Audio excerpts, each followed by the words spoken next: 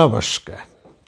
রামায়ণী ফল্গুধারার 171তম পর্ব, অর্থাৎ যে রামায়ণী নীতি ধর্ম নিয়ে আমরা আলোচনা করছি, আজকে তার দ্বিতীয় পর্ব। আমরা গত পর্বের আলোচনায় দেখেছি সত্যবাদিতা, সত্যনিষ্ঠা বা সত্য রক্ষা, এই হচ্ছে রামায়ণের প্রধান ধর্ম।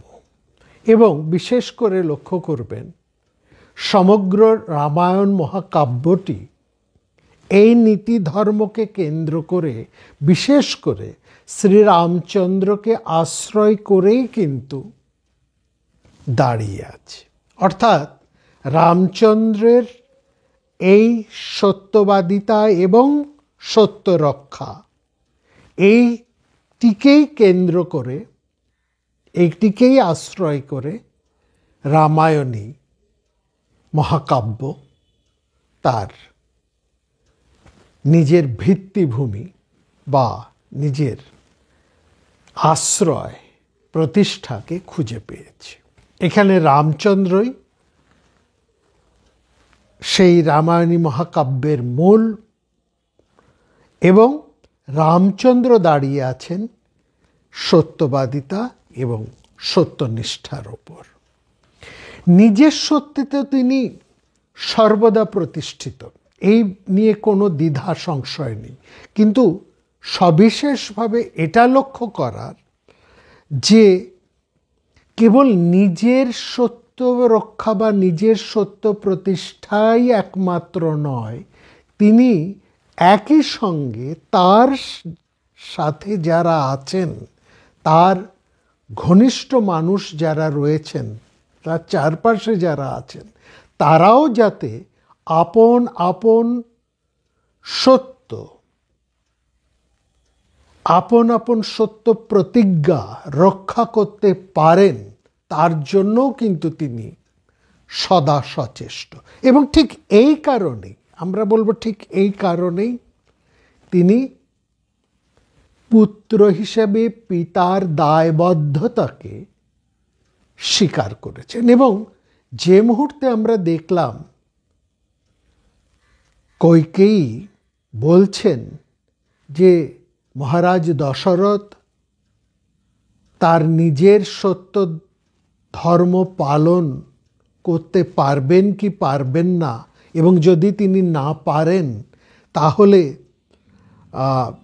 প্রতিজ্ঞা ভঙ্গ করে তিনি ধর্মচ্যুত হয়ে পড়তে পারেন, ঠিক এরকমই একটা আশঙ্কা যখন কইকেয়ী করছেন, তখন আমরা দেখলাম শ্রীরামচন্দ্র নিজের থেকে এগিয়ে এসে পিতার সত্য পালন করার জন্যই, যেন এটা কোনো ব্যাপারই নয়, এরকমভাবেই অক্লেশেই তিনি পিতার সমস্ত দায় নিজের ওপরে নিয়ে নিলেন।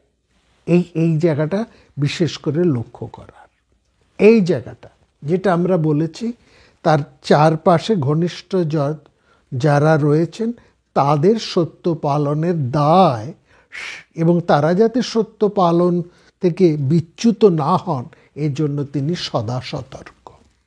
ঠিক এই যুক্তি থেকেই তিনি পিতার দায়ভারটি নিজে গ্রহণ করে নিলেন। এবং এইখানে আমরা দেখছি যে তিনি সেই জায়গায়, বিশেষ করে আপনারা লক্ষ্য করবেন, সেখানে রামায়ণী ওই জায়গার মধ্যেই তিনি কইকেয়ীকে বলছেন যে আমি স্বার্থপরের মতন এই সংসারে বেঁচে থাকতে চাই না। আমার প্রাণের বিনিময়েও যদি আমি আমার পিতার প্রিয় কার্য কিছু করতে পারি, সেটাই আমার পক্ষে শ্রেয় এবং সেটাই আমার পক্ষে উচিত, আমি তাই করব।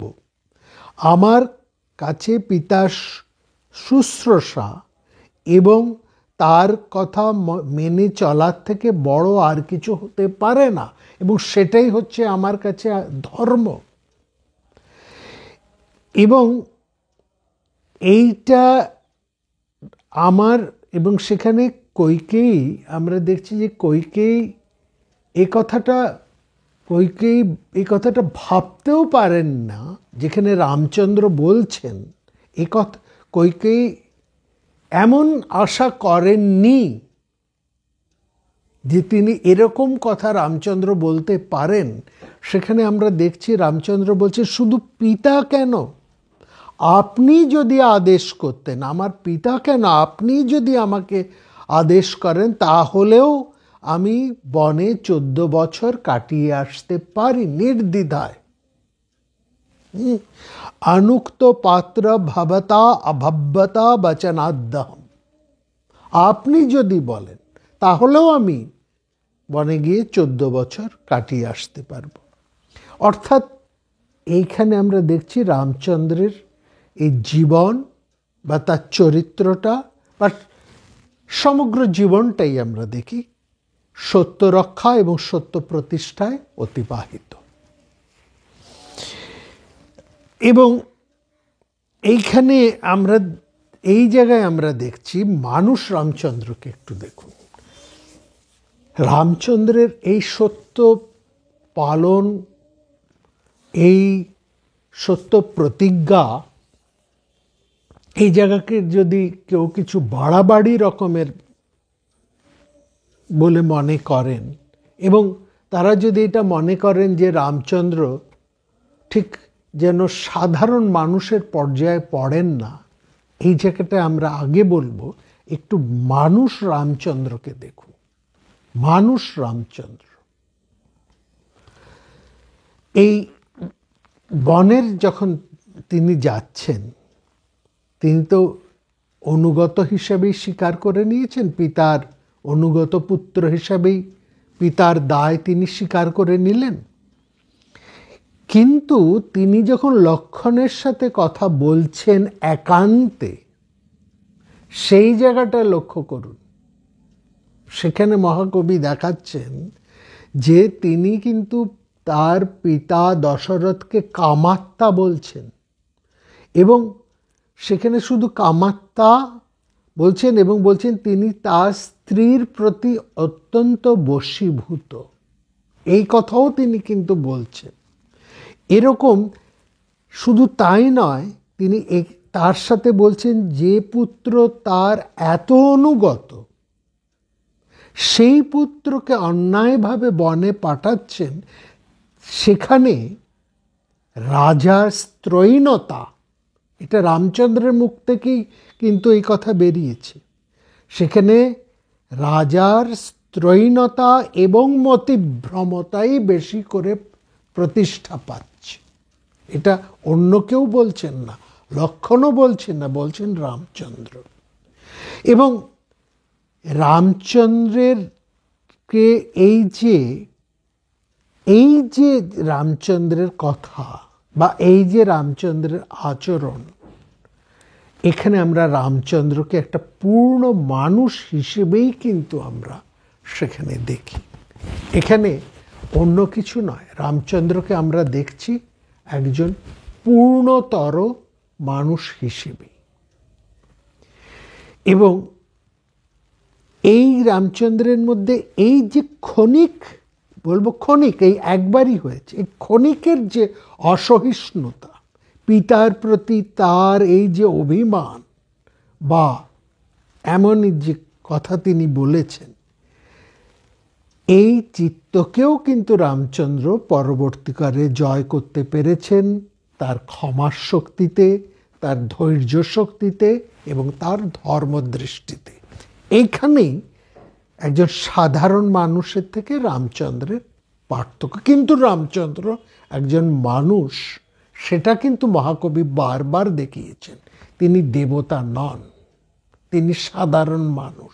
এবং এই সাধারণ মানুষ, এই রামচন্দ্রকে নিয়েই কিন্তু আমাদের সবচাইতে বেশি কৌতূহল।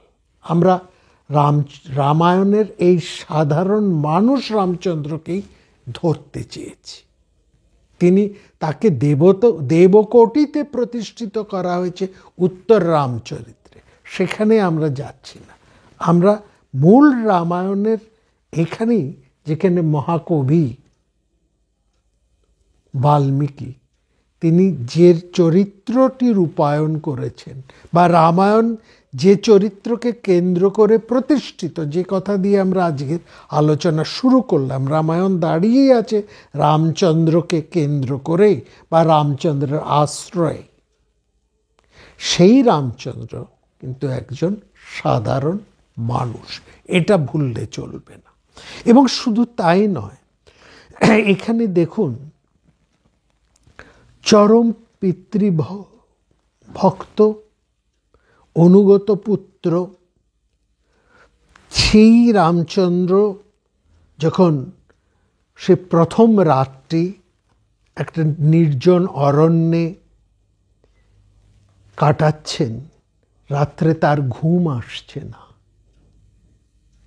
তিনি এরকম সময়ে একজন সাধারণ মানুষের যা হয়, যেমনটা হয় বা যেমনটা হওয়া উচিত, আমরা রামচন্দ্রের চরিত্রের মধ্যে ঠিক ঠিক তেমনটাই দেখছি।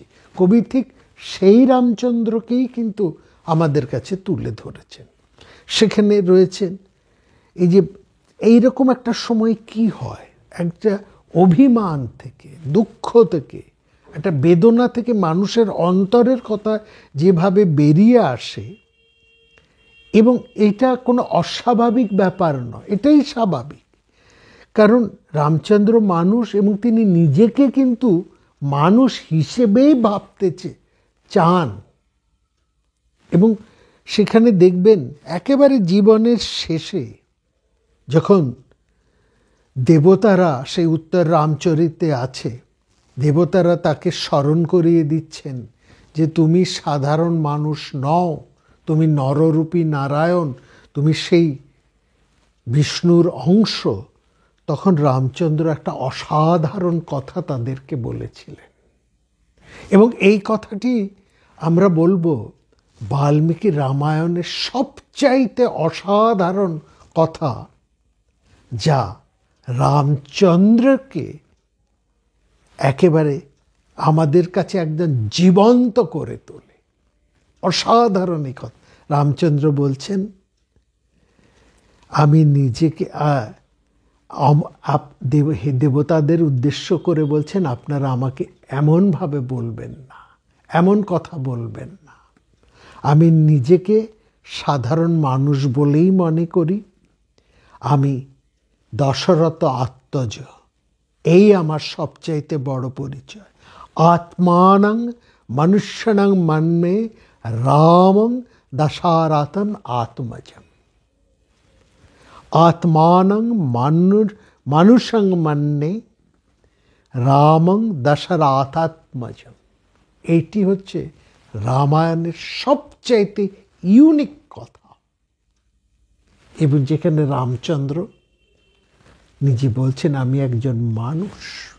আসলে যে কথাটা আমরা রামায়ণী ফল্গুধরার একেবারে প্রথম থেকে বলে আসতে চেয়েছি, বারবার বলেছি এবং শুরু করেছি এই কথা দিয়ে, বাল্মীকি একজন এমন মানুষের সন্ধান করেছেন, একজন মানুষেরই সন্ধান করেছেন তিনি, যার মধ্যে এই এই সমস্ত গুণাবলীগুলো আছে, সেটা আছে। এবং সেখানে একজন মানুষ কিভাবে এই গুণাবলীগুলোকে লালন পালন করে এবং ধারণ করে তিনি সবার চেয়ে অনেক বেশি বড় হয়ে যেতে পারেন, প্রায় সবার ধরা ছোঁয়ার বাইরে চলে যান, একটা উচ্চ কোটিতে চলে যান, তার দৃষ্টান্ত হচ্ছেন শ্রীরামচন্দ্র। এবং সেটাই হচ্ছে রামায়ণ। এইখানে এই জায়গায় দেখুন, পিতার প্রতি তার ভক্তি, ভাইদের প্রতি তার অসীম স্নেহ, অন্যান্য সকলের আর যা যা কিছু আছে সব কিছুকেই কিন্তু সেটা ম্লান করে দেয়। এবং প্রতিশ্রুতি রক্ষা, এবং রামচন্দ্রের চরিত্রের মধ্যে এটা সবচেয়ে বড় জিনিস, যেটা প্রতিশ্রুতি রক্ষা এবং সত্যচ্যুতি, এর ভয় রামচন্দ্রকে একেবারে শেষ দিন পর্যন্ত তাড়া করে গেছে। এবং তা এইটার কারণেই হয়তো তার পিতা তাকে অন্যায়ভাবে বনবাসে পাঠাতে সমর্থ হয়েছিলেন। অন্য কেউ হলে এটা হতো না, তারা মানতেনই না। প্রয়োজনে রাজাকে সরিয়ে নিজেই রাজ্য সিংহাসন অধিকার করে ফেলতে পারতেন। কইকেই তো একটা, আর সেখানে কোনো প্রশ্নই আসতো না। এটাই তো সাধারণ ব্যাপার ছিল। এরকম ঘটনা তো আমরা ঠিক তার পরের মহাকাব্যের মধ্যেই দেখতে পাই। সুতরাং রাম এখানে দেখুন, আরেকটি কথা আমরা বলি, এই যে ভাতৃভক্তির কথা আমরা বলছি, হ্যাঁ, প্রথমে তিনি ভরত সম্পর্কে একটুখানি সন্দেহ, একটু তার অন্য ধরনের চিন্তা এসেছিল, যার জন্য তিনি সীতাকে বলেছিলেন যে তুমি ভরতের সামনে আমার খুব বেশি প্রশংসা করো না, কারণ একজন সমৃদ্ধশালী পুরুষ অন্যের প্রশংসা শুনতে ভালোবাসেন না। এই কথাটা তিনি বলেছেন, এটাও ঠিক, কিন্তু বিশেষ করে লক্ষ্য করবেন এটা যে প্রেক্ষিতে বলেছিলেন এটা অন্য প্রেক্ষিত। তখন সীতা তো, এটা ঠিক হয়েছিল রামচন্দ্র একলাই বনে যাবেন, তাই তো কথা। কইকেয়ী তো আর সীতাকে কিংবা লক্ষ্মণকে বনে যেতে বলেননি, এবং তার শর্তের মধ্যে এগুলো ছিল না। রামচন্দ্র বনে যাবেন শুধু, এবং সেই অনুসারে সীতা থাকবেন, লক্ষ্মণ থাকবে।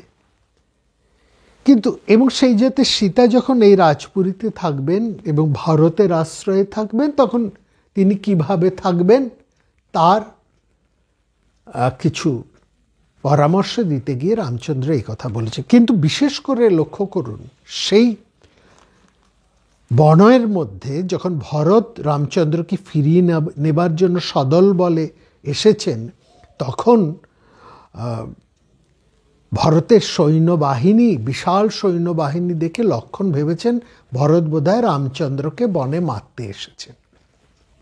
কারণ রামচন্দ্র এখন কোনো রকম আশ্রয়হীন, সহায়হীন, দুর্বল বনবাসী, আর ভরত রাজা হয়েছেন, সৈন্য নিয়ে তিনি তার চিরকালের শত্রুকে, একটা স্বাভাবিক যেরকম বুদ্ধি, তার থেকে সাধারণ বুদ্ধি, স্বাভাবিক বুদ্ধি বলবো না, একটা সাধারণই বুদ্ধি থেকে যেমন চিন্তা আসে, লক্ষ্মণ সেই চিন্তার থেকে দেয়। সেখানে রামচন্দ্র কি বলছেন? বলছেন তিনি অনেক চিন্তা করেও ভরতের কিন্তু কোনো দোষ দেখতে পেলেন না। তিনি লক্ষ্মণকে বললেন, আমি পিতৃসত্য পালন করার জন্য বনে এসেছি, সেখানে ভরতকে মেরে লোকের অপবাদ কুড়িয়ে রাজ্য পাব, সে রাজ্য নিয়ে আমি কি করব? আত্মীয় স্বজন, বন্ধু বান্ধব কাউকে হারিয়ে আমি কোনো অবস্থাতেই রাজ্য চাই না। যদি সব ভাইরা এক জায়গায় আমরা থাকতে পারি, যদি সব ভাইদের সুখ হয়, তবেই না আমার রাজ্য নিয়ে লাভ।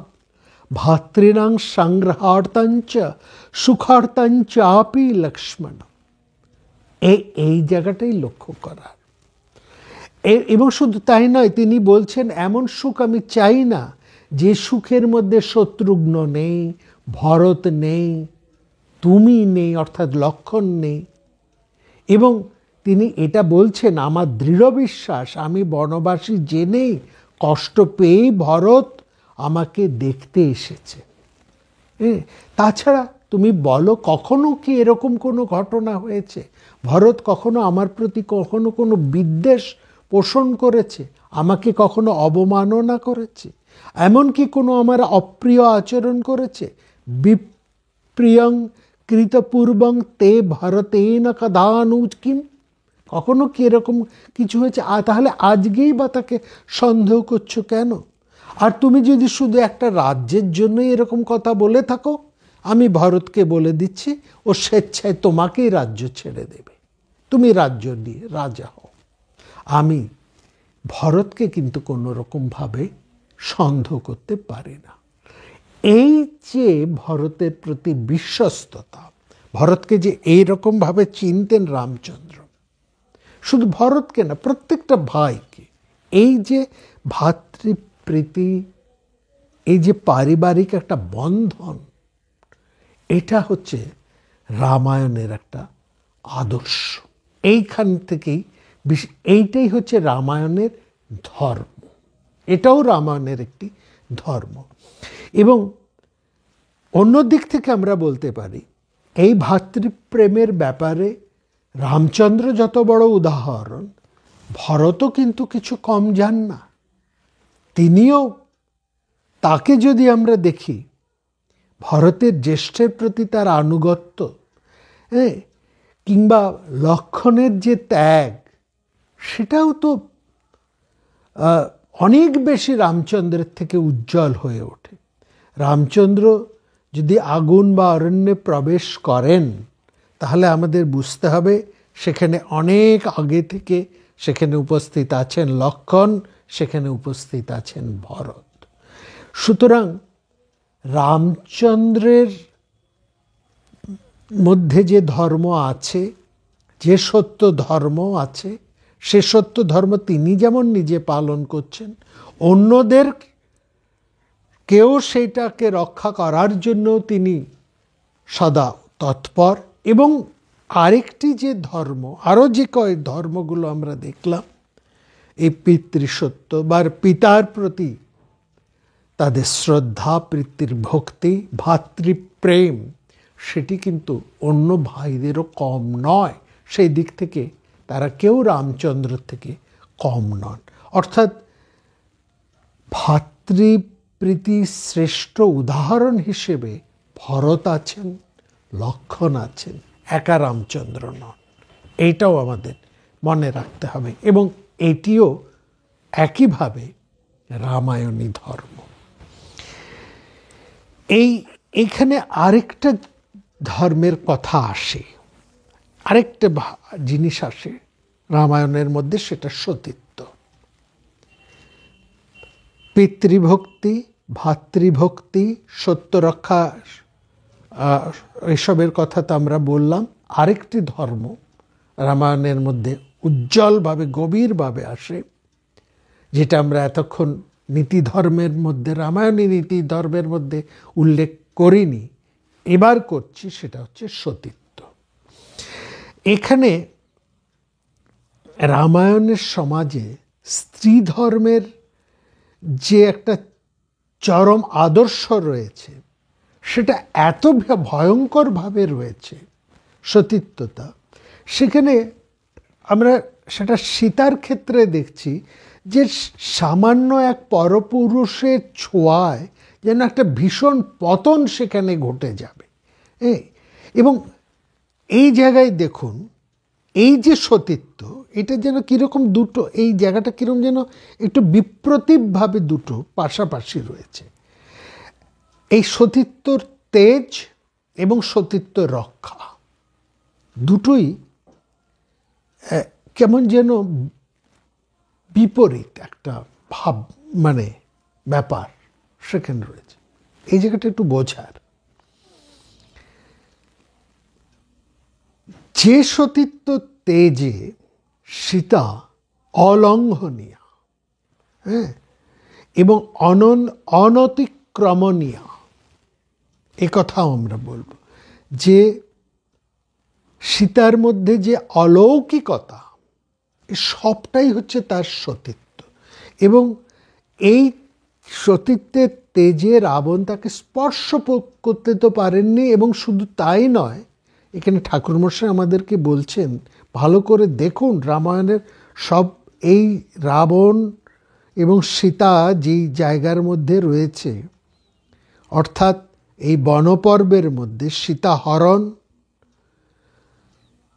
থেকে আরম্ভ করে সীতা উদ্ধার পর্যন্ত, যতক্ষণ রাবণ এবং সীতা এক প্রকোষ্ঠের মধ্যে আছেন, সেখানে সীতার সতীত্বের তেজ এতটাই যে রাবণ তাকে স্পর্শ করতে তো পারছেনই না, এমনকি মনে মনে তাকে ধর্ষণও করতে পারেননি।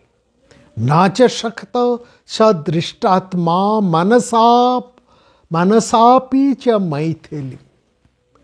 না চ শক্ত স দুষ্টাত্মা মনসাপি চ মৈথিলী, মনে মনেও তাকে ছুতে পাচ্ছেন না। এই এতটাই তার মানে তেজ, সেই যে তার সতীত্ব তেজ, সেটাকে বলা হচ্ছে দীপ্ত অগ্নিশিখামিব, দীপ্ত অগ্নিশিখামিব, তার সতীত্বের তেজ, এমনভাবে বলে। এবং এই যে ভয়ঙ্কর ব্যাপ্তি তার মনের মধ্যে আছে, সেই দিকে দেখুন এই তেজ এতটাই যে তিনি পুরুষকল্প হনুমানের পিঠে পর্যন্ত উঠলেন না।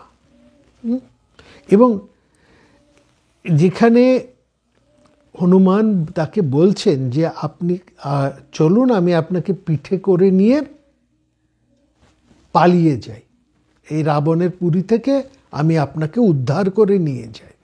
হ্যাঁ, সেই এবং কিন্তু সেখানে সীতা বলছেন যে তার অনেক যুক্তির মধ্যে দিয়ে প্রধান যুক্তি যেটা, যে দ্বিতীয় কোনো পুরুষের স্পর্শ তার কাছে মরণের চেয়ে অনেক বেশি অপ্রিয়। এই কারণে, অর্থাৎ তিনি বলছেন আমার স্বামী কাছে ছিলেন না, রাবণের শক্তি ভয়ঙ্কর, সেখানে আমার শক্তি অত্যন্ত দুর্বল, আমার কোনো শক্তি সেই শক্তিকে বাধা দিতে সক্ষম ছিল না।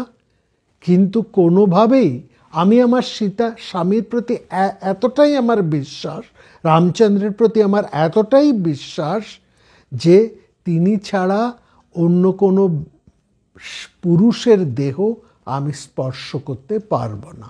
নাহুং স্পৃষ্টং স্বাত গাত্রমেচ্ছয়ং বানরোত্তম। এই জায়গাটা, এই যে এটাও হচ্ছে রামায়ণে আরেকটি ধর্ম বা আরেকটি আদর্শ। এবং সেখানে আমরা দেখছি যে এর এক পর্যায়ে এরকমই যখন অবস্থা, সেখানে রাবণ বধের পর সীতা যখন রামচন্দ্রের কাছে আসছেন, সেখানে রামচন্দ্র যে কথাবার্তা, সেখানে কোনো সংবেদনশীলতা আমরা লক্ষ্য করি না। এবং তিনি যে সমস্ত কথাবার্তা বলেছেন সেটা রামচন্দ্রকে মানায় না। এবং তিনি সীতাকে দ্বিতীয়বার, প্রথমবার অগ্নি পরীক্ষা এবং তারপরেও তিনি আবার সীতাকে নির্বাসিত করেছেন।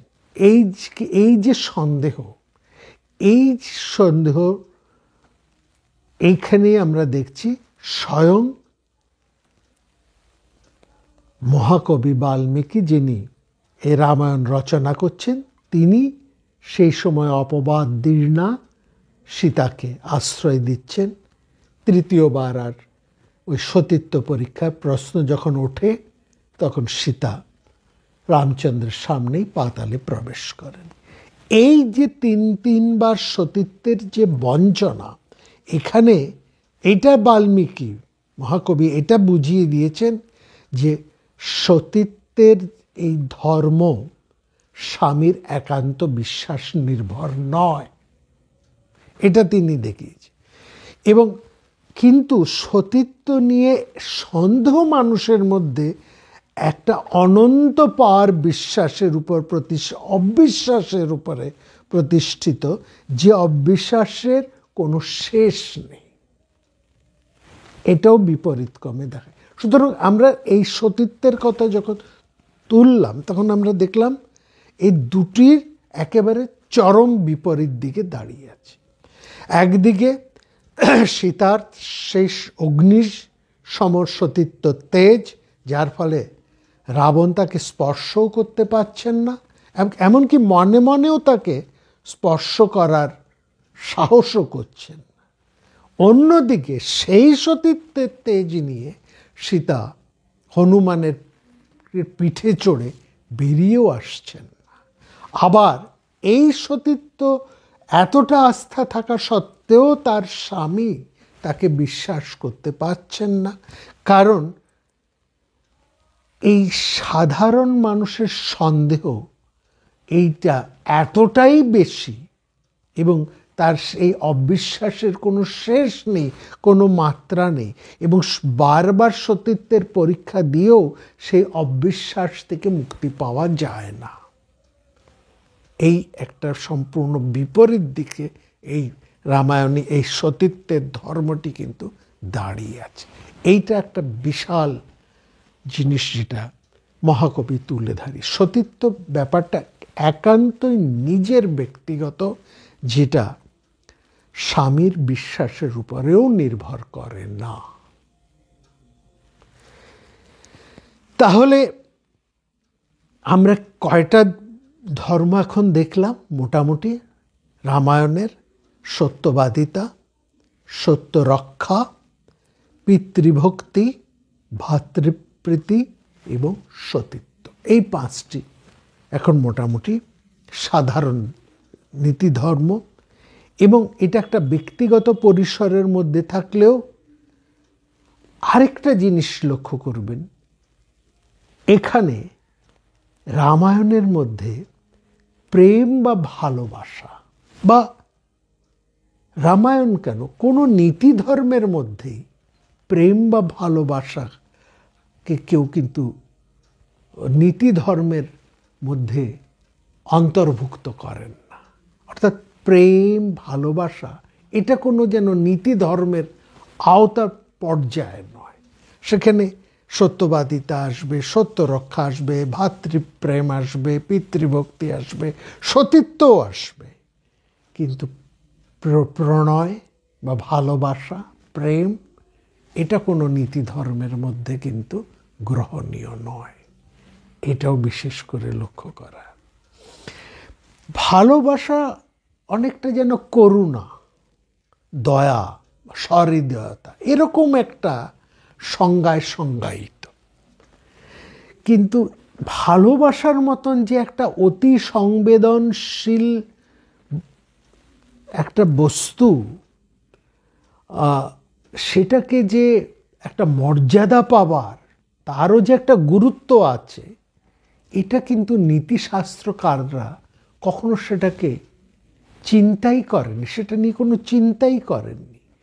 এবং হয় জানি না, একবার ঠাকুরমশাইয়ের সঙ্গে আমাদের এই নিয়ে কথা হচ্ছিল, তিনি অনেকক্ষণ ভেবে এটা বললেন, আমরা এই প্রশ্ন তার কাছে করেছিলাম যে কোনো মহাকাব্যের মধ্যেই তো এই ভালোবাসা বা প্রেমকে নীতিশাস্ত্রের মধ্যে এমন ধরা হয়নি।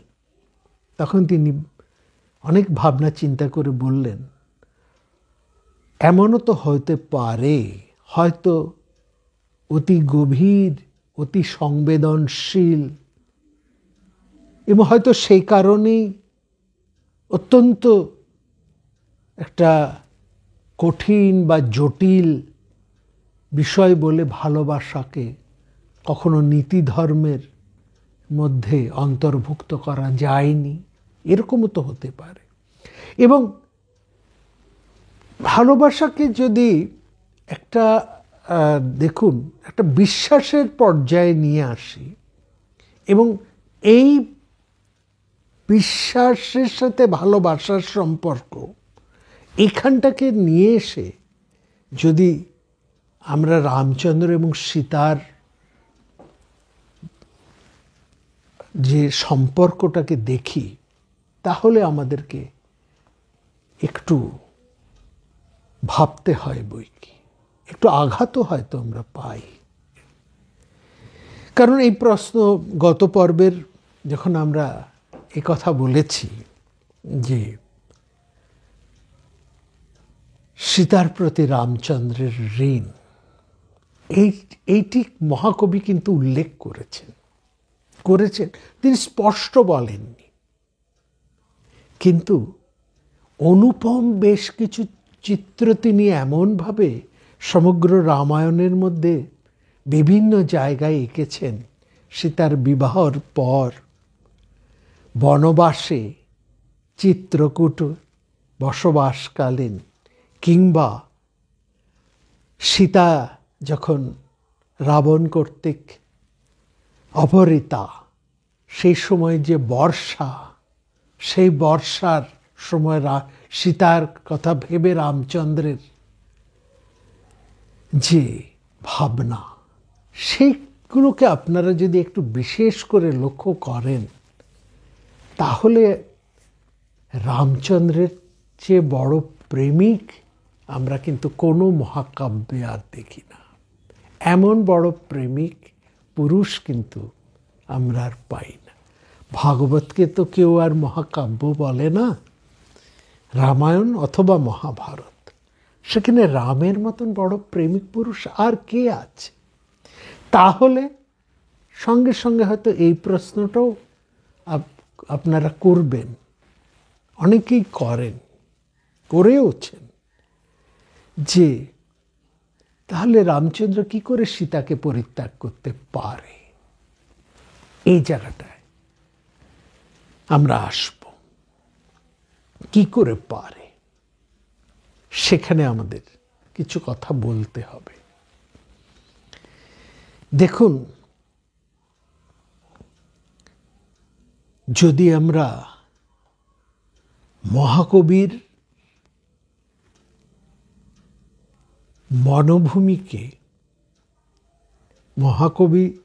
মনোভূমিকে একটু যদি বোঝার চেষ্টা করি, বা এই মহাকাব্যের আঙ্গিকে, তাহলে সেখানে একটা প্রথমেই এই মহাকাব্য আরম্ভ হচ্ছে এমন একটি ঘটনার উল্লেখ করে, সেটা ভুললে কিন্তু চলবে না। আমরা গত পর্বে বলেছি, মহাকাব্য বা আমাদের দর্শন শাস্ত্র যা কিছু, রসশাস্ত্র বুঝতে হলে আমাদেরকে রসিক ভাবুক যেমন হতে হবে, তার থেকে অনেক বেশি হতে হবে ইঙ্গিতজ্ঞ। প্রত্যেকটা ইঙ্গিতকে অত্যন্ত গভীরভাবে বুঝতে হবে। আর এই ইঙ্গিতগুলোকে যদি আমরা সঠিকভাবে ধরতে না পারি, তাহলে মহাকাব্যের রস আমরা আস্বাদন করতে পারবো না। তাহলে এই ইঙ্গিত না বুঝে, মহাকবির মনোভূমি রসজারিত না হয়ে যদি আমরা মহাকাব্য নিয়ে কথাবার্তা বলি, তাহলে সেটা আমাদের নিজেদের যে ধারণা, সে ধারণা প্রকাশ ছাড়া আর কিছু হয় না। আসলে দেখুন, মহাকাব্য আরম্ভ হওয়ার আগে একটি ছোট্ট কাহিনী আছে, কিন্তু সেটা ভীষণ গভীর। সেটি হচ্ছে একটা ক্রৌঞ্চর তার ক্রৌঞ্চির বিরহে যে কেঁদে ওঠা, এবং সেখানেই সেই ব্যাধ যে মুহূর্তে একটি পাখিকে বধ করল, এবং অন্য পাখিটির সেই বেদনাকে লক্ষ্য করেই মহাকবির মুখ থেকে যে কাব্য শব্দ নির্গত হলো, এবং তারপরেই মহাকবি বলে উঠলেন, আমি কি বললাম। এটি হচ্ছে এই সমগ্র মহাকাব্যের মূল রস। অর্থাৎ ক্রৌঞ্চ বিরহী কবির হৃদয়টি ওই বেদনায় মধ্যেই কিন্তু সবটুকুই ধরা আছে, ওইখানটাই ধরতে হবে। সুতরাং এই মহাকাব্য যে একটা ট্র্যাজিক মহাকাব্য হবে, এবং সেখানে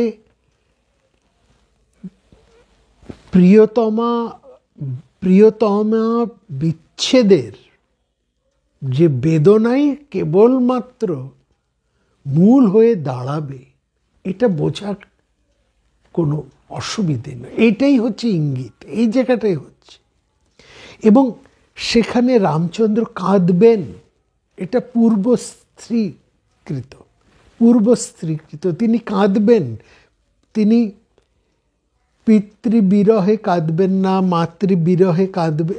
হ্যাঁ, পিতৃবিরহে কাঁদছেন, ভাইয়ের বিরহে কাঁদছেন, অন্যান্য সব কিছুর বিরহে কাঁদছেন, কিন্তু সব থেকে বেশি তিনি কাঁদছেন, গুমরে কাঁদছেন। যে কান্নাটা তিনি প্রকাশ্যে কাঁদতে পাচ্ছেন না, অথচ যেটা তার বুক ফেটে বেরিয়ে আসতে চাইছে সেটাকে শত পাথর ভার দিয়ে চেপে রাখতে হচ্ছে, এমন যে একজন পুরুষ যিনি কেঁদে হালকা হতে পারছেন না, তিনি যেটা করতে চাইছেন সেটা করতে পারছেন না, তার বিপরীতটাই তাকে করতে হচ্ছে। এই ট্র্যাজিক হিরো, এই ট্র্যাজেডি রচনাটাই হচ্ছে এই মহাকাব্যের মূল অভিসন্ধি। একেবারে প্রাথমিক ওখানেই এটা বিধি নির্দিষ্ট হয়ে গেছে। এই ক্রঞ্চ বিরহীর কবির মনোভূমিটি এই বেদনা দীর্ণ গাথায় রচিত, এই বেদনা সিক্ত লেখনীতেই তা রচিত হয়েছে। এইখানটা বুঝতে হবে।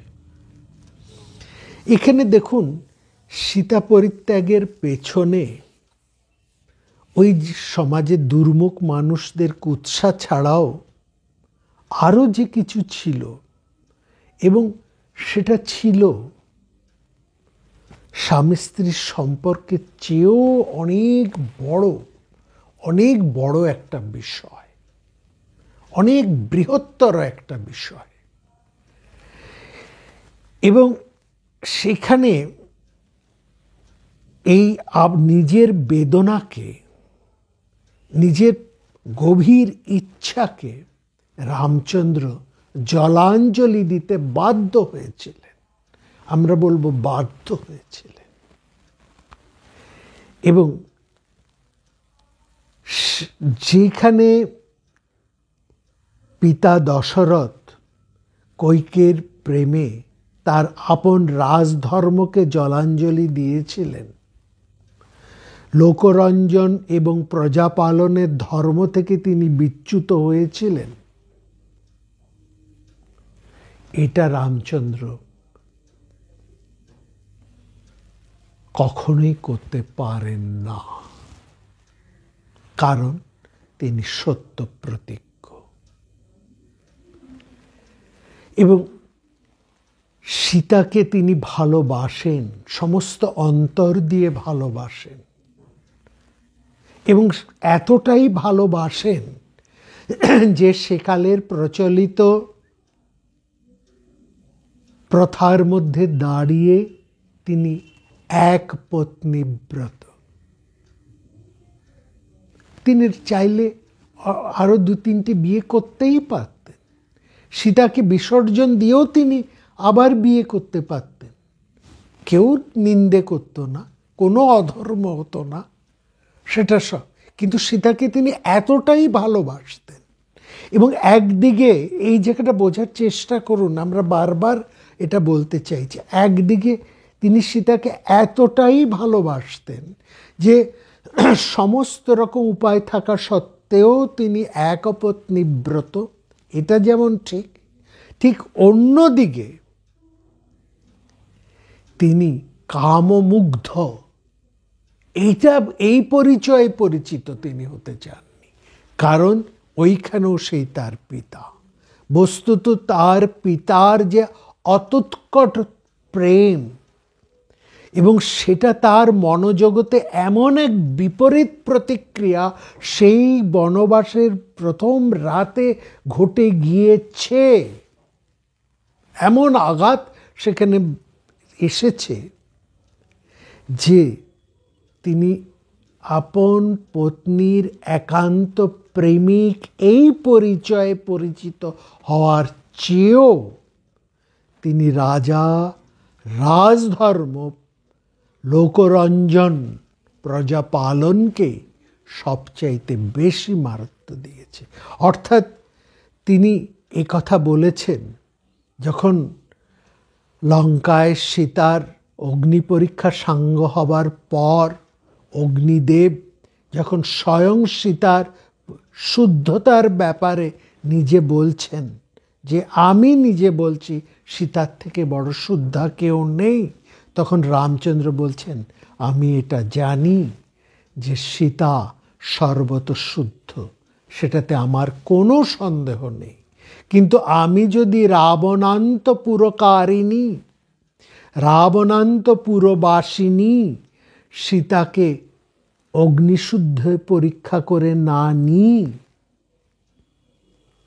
জানকীম বিশুদ্ধহি, তাহলে লোকে আমাকে বলবে ওই দেখো দশরথের ছেলে রামচন্দ্র তার পিতার মতনই কামুক এবং মূর্খ।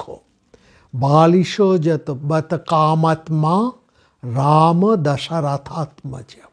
এই যে দশরথের কামুক পিতার কামুক পুত্র, এই শব্দটা এই কামপরতন্ত্রতার থেকে মুক্ত হবার, এইটা যেন রামচন্দ্রকে সারা জীবন তাড়িয়ে বেরিয়েছে। সেই জন্য যে মুহূর্তে তিনি রাজা হলেন, সেই মুহূর্তে তিনি এই সঙ্গে এই দায়টিও তার উপরে চাপলো, এবং এবার বলবো এটাও তার স্বেচ্ছাকৃত দায়। সেই যেমন পিতৃসত্যের দায়, সত্য পালনের দায় তিনি নিজের উপরেই তুলে নিয়েছেন, শুধু নিজের নন অন্যদেরও ঠিক সেই রকমভাবে এই দায়টিও তিনি তুলে নিলেন, যে তার পিতার কাম ও পরতন্ত্রের ওপরে ওঠা। এবং না হলে সীতার প্রতি তার ভালোবাসা অন্য অনেকের চেয়ে অনেক বেশি ছিল। আমরা তার বহু উদাহরণ তুলে ধরতে পারি। আর ঠিক এই কারণেই বিপ্রতীপভাবে সীতা পরিত্যাগের ঘটনাটি রামচন্দ্রের প্রেমহীনতার উদাহরণ হিসেবে আমরা মেনে নিতে পারি না।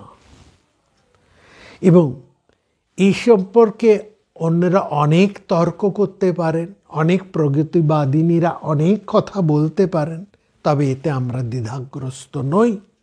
কারণ মহাকাব্যের কবির বা নায়কের প্রতি একদর্শিতা আমাদের নয়, আমরা কবির মনোভূমি প্রতি কিন্তু যথেষ্ট সংবেদনশীল। এবং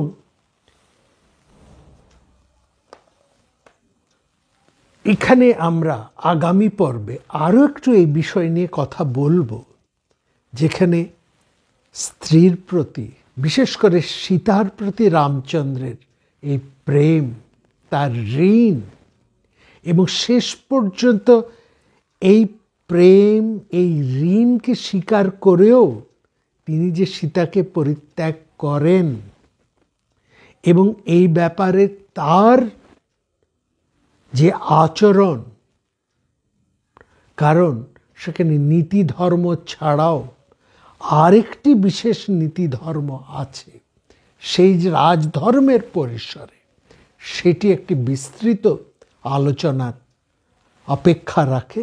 আগামী পর্বে আমরা সেটা নিয়ে আসব। একটি কথা বলি, আমরা এই আলোচনাগুলো করছি এই কারণেই, রামচন্দ্রের এই বিভিন্ন দিকগুলোকে আমরা দেখিয়েই আরও কয়েকটি পর্বে তার এই বিভিন্ন দিক, তার চরিত্রের বিভিন্ন দিক এবং রামায়ণের নীতি ধর্মের এই বিভিন্ন দিক। কারণ রামচন্দ্রকে আমরা তো প্রথমেই এই কথা দিয়ে আরম্ভ করলাম না, রামায়ণ দাঁড়িয়ে আছে রামচন্দ্রের কে কেন্দ্র করেই বা রামচন্দ্রকে আশ্রয় করে, যে রামচন্দ্র সত্য প্রতিজ্ঞা, সত্য পালনের উপরেই দাঁড়িয়ে আছেন। এবং সেখানে যে কটা আরও নীতি ধর্মের কথা পেলাম, এই প্রত্যেকটি জায়গায় আমরা এবং প্রত্যেকটি অংশকে বিশেষ করে আলোচনা করে রামায়ণের সবকটি নীতি ধর্মকে আলোচনা করেই তারপর আমরা বিশেষভাবে প্রবেশ করব বশিষ্ঠ এবং রামচন্দ্রের। আর সেই যে আলোচনা, তার মধ্যে আগে রামায়ণের এই বাল্মীকি রামায়ণের এই মূল ভাবটিকে আমাদের বুঝতে হবে। তাহলেই বশিষ্ঠ এবং রামচন্দ্রের মধ্যে যে আধ্যাত্মিক আলোচনা হয়েছে, তার স্বাদ, তার বক্তব্যকে আমরা স্পষ্ট করে উপলব্ধি করতে পারব আগামী পর্বে। প্রাণারাম প্রাণারাম প্রাণারাম প্রাণারাম প্রাণারাম